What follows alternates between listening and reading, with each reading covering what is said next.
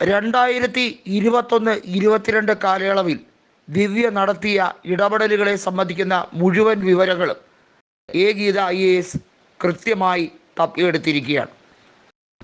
കണ്ണൂർ ജില്ലാ കളക്ടറായി അരുൺ K. വിജയൻ അവിടെ എത്തിയതിനു ശേഷം നടന്ന ഇടപാടുകളെ സംബന്ധിക്കുന്ന കൃത്യമായും ഖനനത്തിന് അനുമതി നൽകുന്ന ഉത്തരവുമായി ബന്ധപ്പെട്ട കാര്യത്തിൽ ADM നവീൻ ബാബു തടസ്സം നിന്നിരുന്നു.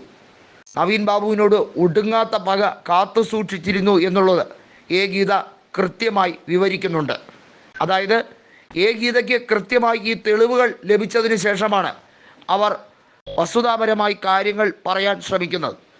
അഡ്വക്കേറ്റ് ജോൺ റാൽഫ്, അതായത് മഞ്ജുഷയുടെ അഭിഭാഷകൻ, പറഞ്ഞിരിക്കുന്ന ഒരൊറ്റ കാര്യമുണ്ട്.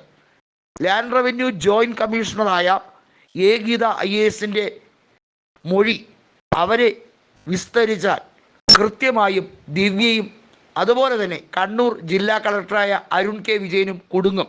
കാരണം രണ്ടു പേർക്കും ഒളിക്കാനും മറയ്ക്കാനും ഏറെയുണ്ട്. പുറത്തറിഞ്ഞാൽ നാറ്റക്കേസാവുന്ന നിരവധിയായിട്ടുള്ള ബന്ധങ്ങൾ ഇരുവർക്കും ഉണ്ട് എന്നുള്ള ആരോപണം അതിശക്തമായി തന്നെ നിലനിൽക്കുകയാണ്. ഇതിനെ പൊളിച്ചെടുക്കുന്ന നിരവധിയായ തെളിവുകൾ ഗീതയുടെ കൈവശമുണ്ട്. വാസ്തവത്തിൽ കണ്ണൂർ ജില്ലയിലെ CPIMന്റെ തട്ടിപ്പുകൾ പൊളിച്ചെടുക്കാൻ കഴിയുന്ന ഒരു ഉഗ്രൻ ബോംബുമായാണ് ഗീത IAS ഇപ്പോൾ നിൽക്കുന്നത്. അതുകൊണ്ട് തന്നെ ഗീത IASനെ അപായപ്പെടുത്താനുള്ള തീവ്രമായ ശ്രമം കൊട്ടേഷൻ സംഘങ്ങൾ നടത്താൻ സാധ്യതയുണ്ട് എന്നുള്ളതിന് യാതൊരു സംശയവുമില്ല. കൊടിസുനിയും കിർമാണി മനോജും അടക്കമുള്ള നിരവധി ക്രിമിനലുകൾ കൃത്യമായി മാളത്തിൽ ഒളിച്ചിരിക്കുകയാണ്. എപ്പോൾ വേണമെങ്കിലും അവരൊക്കെ തലപൊന്തി ഇറങ്ങാൻ സാധ്യതയുണ്ട്. ഗീതയുടെ ജീവന് ആപത്താണ് എന്നുള്ളത് ഇന്നും ഇന്നലെയൊന്നും അല്ല മഞ്ജുഷ പറയാൻ തുടങ്ങിയത്. കാരണം നീതിയുടെ പൊൻകിരണങ്ങൾ ഗീതയുടെ കൈവശമുണ്ട്.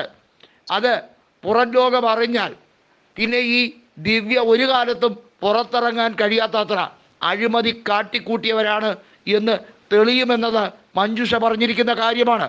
ദിവ്യയെ ഞാൻ ജീവിച്ചിരുന്നാൽ വെറുതെ വിടില്ല എന്നാണ് മഞ്ജുഷ പറഞ്ഞിരിക്കുന്നത്.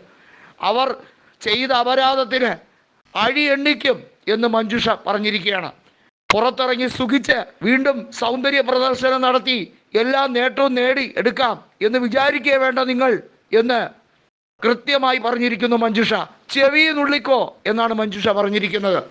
എന്നെയും എൻ്റെ മക്കളെ അനാഥമാക്കി അവരുടെ അച്ഛനെ ഈ ഭൂമിയിൽ നിന്ന് ഇല്ലാതാക്കിയിരിക്കുന്നു. നിങ്ങളും നിങ്ങളുടെ ഈ കോക്കസും ചേർന്നാണ് ഞങ്ങളുടെ കുടുംബത്തെ വെണ്ണീറാക്കാൻ ശ്രമിച്ചത്, ഞങ്ങളെ അനാഥമാക്കിയത്.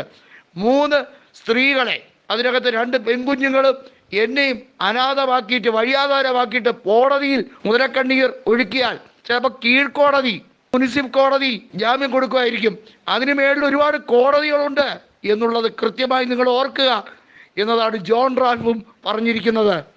ജോൺ റാൽഫ് ഒരു കാര്യം ഉറപ്പിച്ച് പറഞ്ഞിരിക്കുന്നു. മുനിസിപ്പൽ കോടതിയുടെ മണ്ടയിൽ ഹൈക്കോടതിയുണ്ട്, സുപ്രീം കോടതിയുണ്ട്. അതുകൊണ്ട് ഇത് കണ്ടിട്ട് ധൃതംഗ പുളകിതയാകണ്ട എന്നുള്ളത് മാത്രം ഓർത്തോളൂ എന്നാണ് ജോൺ റാൽഫ് പറഞ്ഞിരിക്കുന്നത്. ഒരു രീതിയിലും ഈ പറഞ്ഞ ജോൺ റാൽഫിൻ്റെ വാദങ്ങൾ കേൾക്കാൻ തയ്യാറല്ലാത്ത നീതിപീഠത്തോട് എന്താ പറയേണ്ടതെന്ന് പോലും അറിയില്ല എന്നാണ് ജോൺ റാൽഫ് പറഞ്ഞിരിക്കുന്നത്.